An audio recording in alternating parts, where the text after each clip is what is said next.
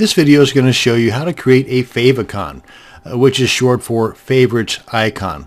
In other words, anytime that you encounter or somebody else encounters your website page and they want to save it in their bookmarks or favorites, well, it's going to have a little icon up here in the tab. This is the Chrome browser, by the way, and it's a little bit different in different browsers, but tabs or windows, there's going to be a little icon up here, and in the browser bar here, there's going to be a little icon, and if we open up the bookmark section here,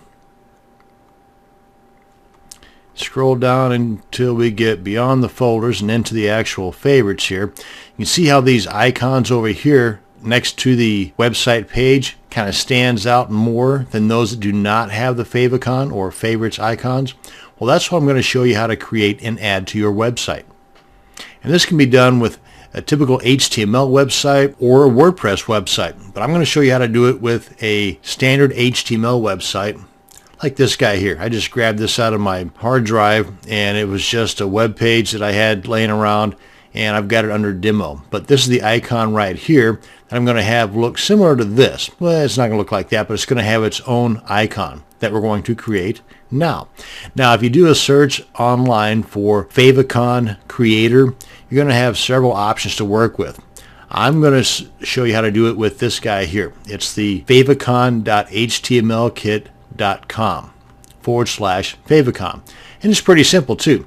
You've got an image, for example, if you've got a logo that you're working with on your website, that would be a great place to start. I'm just going to use one that I've got just laying around for a cPanel icon. So we want to first go over here to choose file. What a lovely dog. And you want to navigate to the location of your image that you want to turn into your favicon. And that's a pretty big image, by the way, but that's one thing you don't have to worry about because it's going to customize it and bring it down to size. So generate favicon ICO, and there it is. Now if we go back here, let me go ahead and show you that image. I'm going to bring this in. I want to show you just how big that image is. 612 pixels wide by 287 pixels. So you can see it's kind of like that big, but this program brings it down to size. Now, it's probably not the best example, but you can see what it will look like right here as a demonstration. And you've got some other customized options here that you can work with, but I want to try to keep things simple. We're going to go ahead and download as is, and it creates a little zip file for us. Put that in my working folder. And it's not a lot. There's 2 images and a little text document. So let's go ahead and open up that zip file and show you what's inside of it. Again, you've got 2 images here. This is really the only one that I want to mess with. This one here would be animated if you chose to customize your favicon by using the animated GIF, but I didn't, so I'm not going to bother with that one. But if we open this up here, this gives us the instructions on what all to do. Basically, at this point, since we're not going to use the animated GIF, this is the only line of code that we need.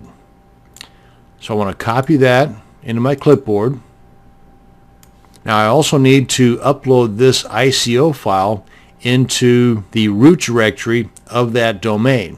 So I'm going to open up my FTP client. I'm going to be using Qt FTP. Now you can do the same thing with the free alternative, FileZilla. And I've already logged into the location of that root directory of that particular folder. And that's this right here. So now I need to navigate to that image, which is desktop working.